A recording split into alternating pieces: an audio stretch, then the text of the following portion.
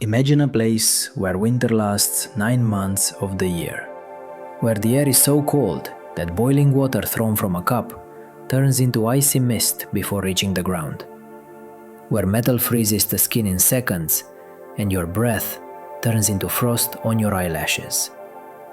This is not Antarctica. This is not the North Pole.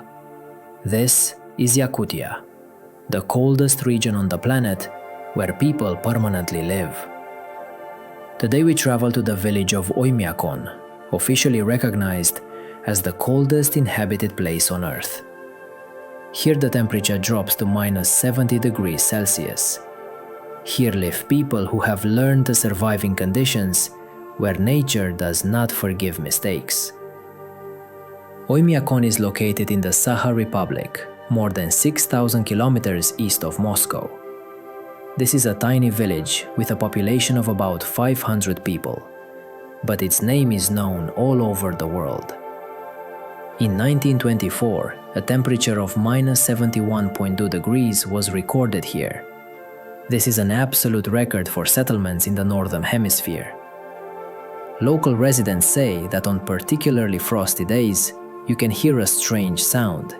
This is human breath freezing. They call it the whisper of the stars. But how can you even live in such a place? Let's start with the simplest thing, the morning. Waking up in Oymyakon in winter means facing a reality that most people on the planet cannot imagine. The temperature in the house, even with a working stove, rarely rises above 15 degrees. Water in buckets freezes overnight. The windows are covered with a thick layer of frost from the inside. To go outside, you need to put on at least 4 layers of clothing: thermal underwear, a wool sweater, a fur jacket, and on top, a traditional Yakut doha made of reindeer fur. Without it, you cannot survive outside. Local residents never turn off their car engines in winter. Never. If you turn off the engine for at least half an hour at minus 50, the oil in the engine will turn into a thick mass similar to plasticine, and the car will no longer start. Therefore, cars run around the clock, for months. Gasoline here is not a luxury, but a matter of survival. 1 liter of fuel costs about 120 rubles, and in winter one family can spend more than 200,000 rubles on gasoline. This is huge money for a region where the average salary is about 40,000 rubles per month. But cars are only half the problem. The real problem is food. There are no supermarkets in Oymyakon. There is no home delivery of products. The nearest store is 200 kilometers away, and the road there takes several hours along an icy highway that is often covered with snow. Therefore, local residents live the old-fashioned way. They hunt, fish, and raise livestock. Yakut cuisine is a separate story. The basis of the diet is meat and fish. A lot of meat. A lot. Yakuts eat stroganina. This is raw frozen fish or meat cut into thin slices. It sounds strange, but in conditions of permafrost, this is the perfect way to store food. The fish freezes within minutes after being caught and remains fresh for months. It does not need to be salted, smoked, or canned. You just take it out of a snowdrift, plane it with a knife, and eat it with salt. The taste is an acquired one, but there are a huge amount of calories in such food. And calories here are fuel for the body. Another traditional dish is horse meat. Yakuts breed a special breed of horses that are adapted to extreme frosts. These animals graze outside all year round, raking snow with their hooves in search of grass. Their meat is fatty, nutritious, and incredibly high in calories. 1 serving of Yakut soup with horse meat can replace a full 3-course meal. Locals say, if you don't eat meat, you won't survive the winter. And this is not a metaphor. But the most amazing thing is dairy products. Yakuts make kumis, a fermented milk drink made from maize milk. It is slightly alcoholic, sour, and very nutritious. Kumis is drunk by the liter, especially in summer, where the temperature rises to plus 30 degrees.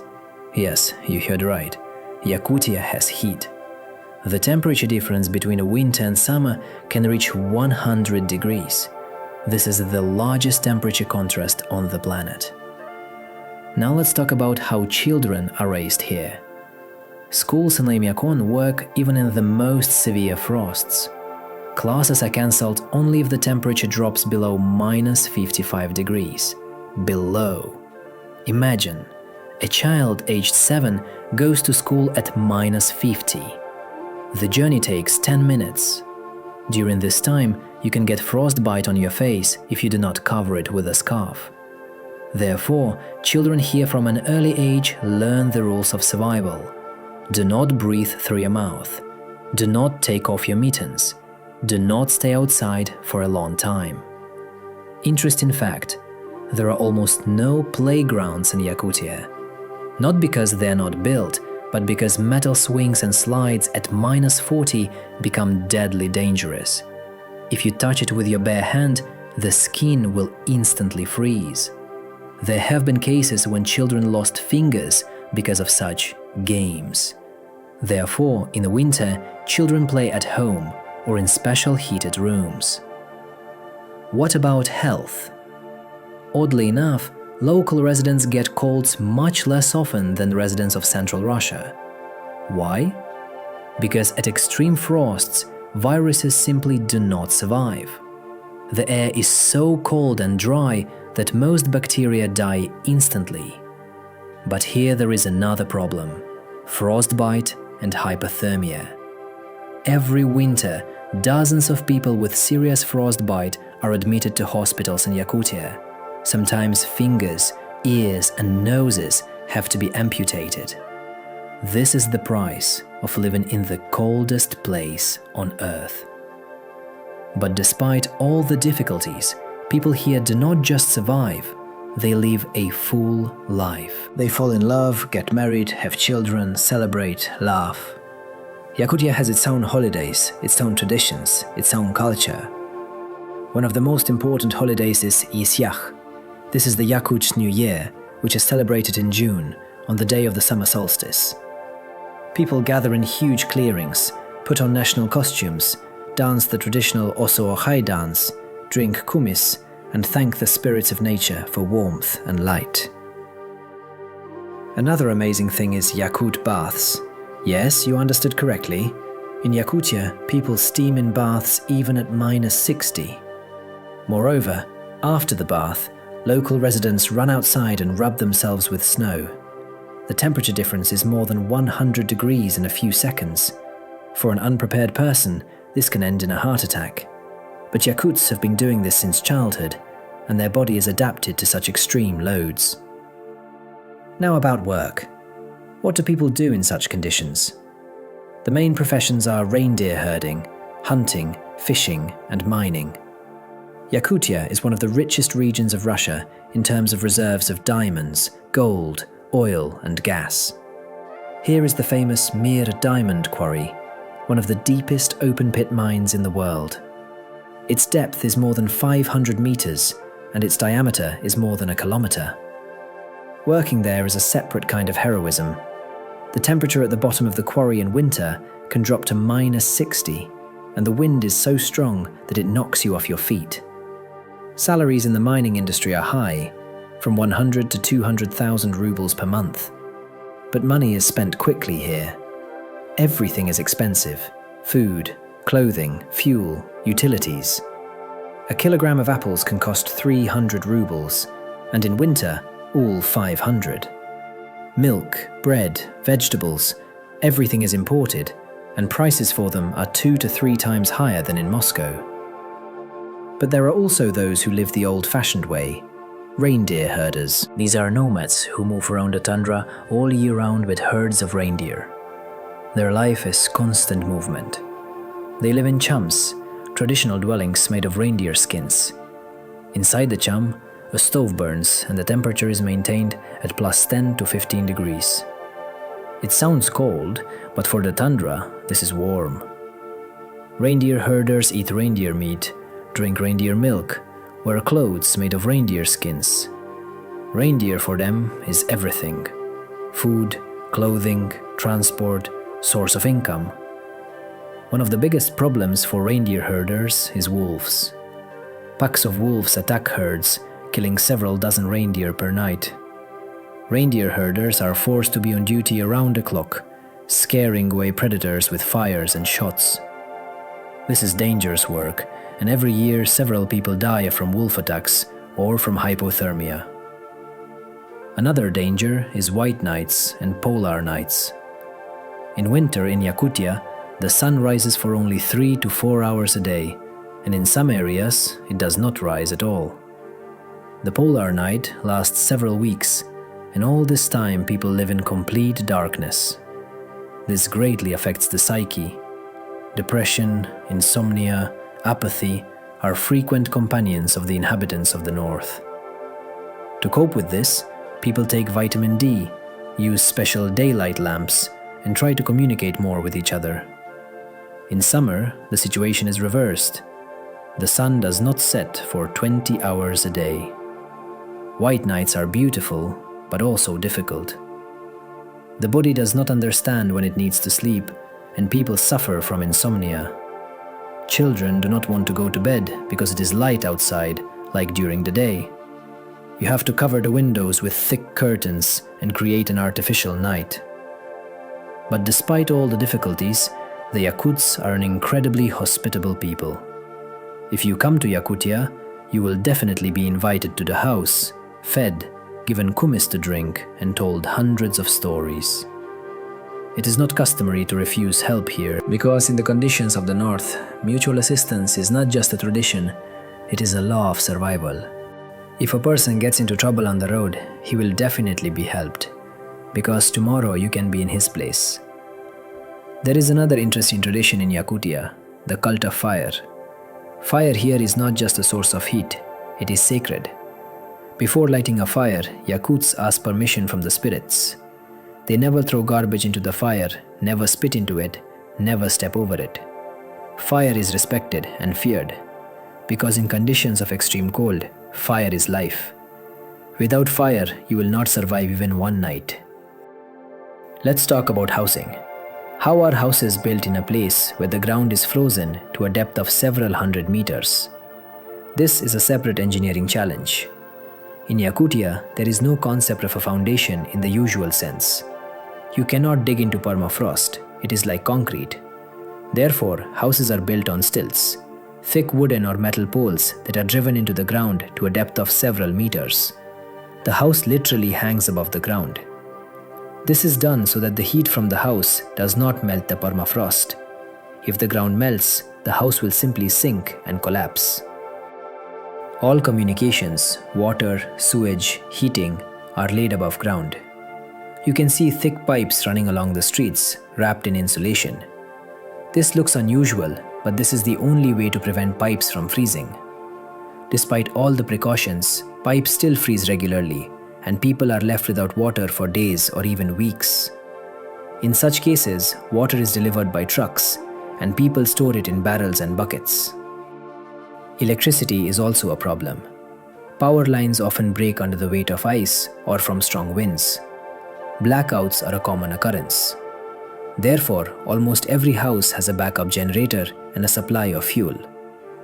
Without electricity in winter, you can freeze to death in a few hours.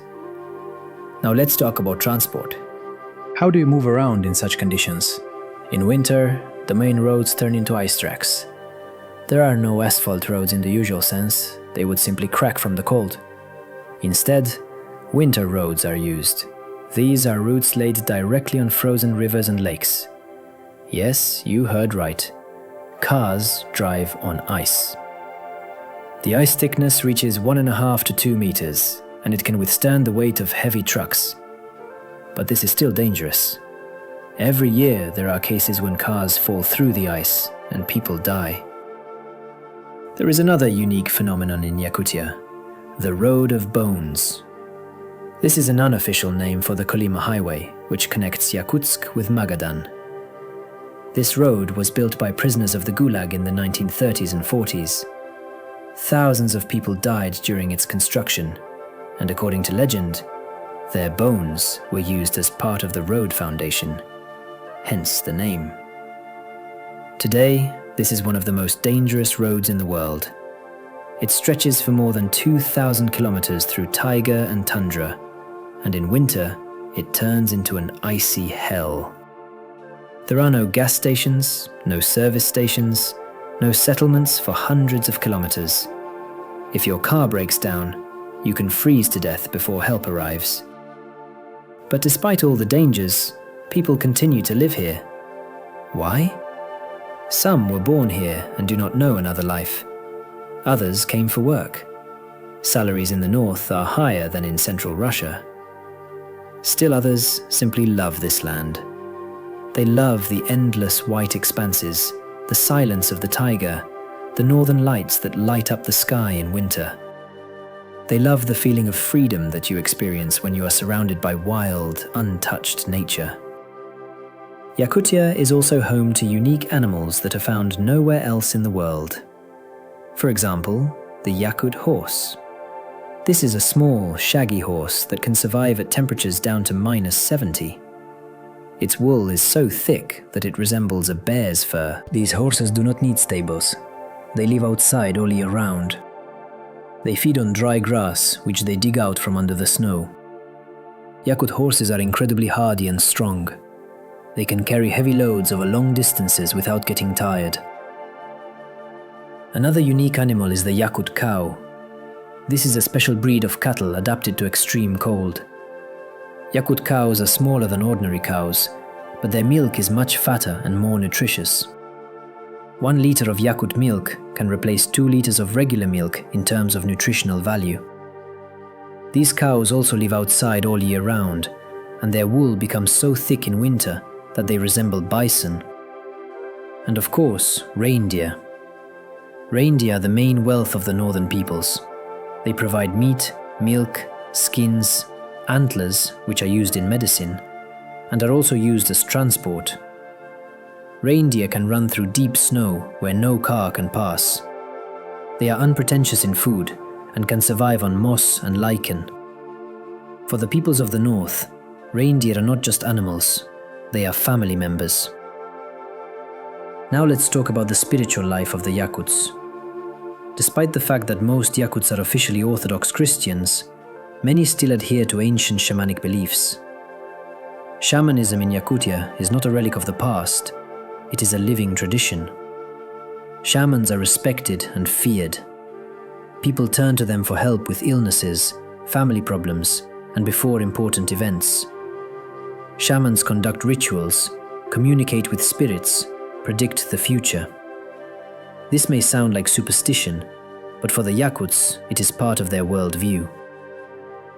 One of the most important spirits in Yakut mythology is Bayanai, the spirit of the hunt. Before going hunting, hunters always make an offering to Bayanai. They leave a piece of meat or fat in the forest. If you do not respect Bayanai, the hunt will be unsuccessful, and you may even die in the taiga. Another important spirit is Ai, the spirit of light and goodness. Yakuts believe that Ai protects people from evil spirits and brings good luck. There's also a belief in the lower world, the world of the dead. According to Yakut mythology, after death, the soul goes to the lower world, where it continues to live. Therefore, the Yakuts bury the dead with things that may be useful to them in the afterlife: clothes, tools, food. This tradition has been preserved to this day. Let's return to everyday life. One of the most difficult aspects of life in Yakutia is loneliness. Villages are located hundreds of kilometers from each other, and in winter, when roads are impassable, people can be cut off from the outside world for months. There is no internet in many villages. Mobile communications work poorly. People live in information isolation. This is especially hard for young people, who are used to being constantly online. Many young people leave Yakutia for large cities: Moscow, St. Petersburg, Novosibirsk. They are looking for a better life, more opportunities, warmth. But many return, because Yakutia is not just a place, it is a state of mind. It is home. There is a saying among Yakuts: if you survive one winter in Yakutia, you can survive anything. And this is true. Life here teaches you to be strong, patient, resourceful. It teaches you to appreciate simple things: warmth, food, human communication. It teaches you not to give up, even when it seems that everything is against you. Yakutia is a place where nature dictates the rules, where man is not the king of nature, but its guest, where every day is a test.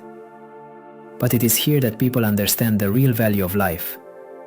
They appreciate warmth because they know what real cold is.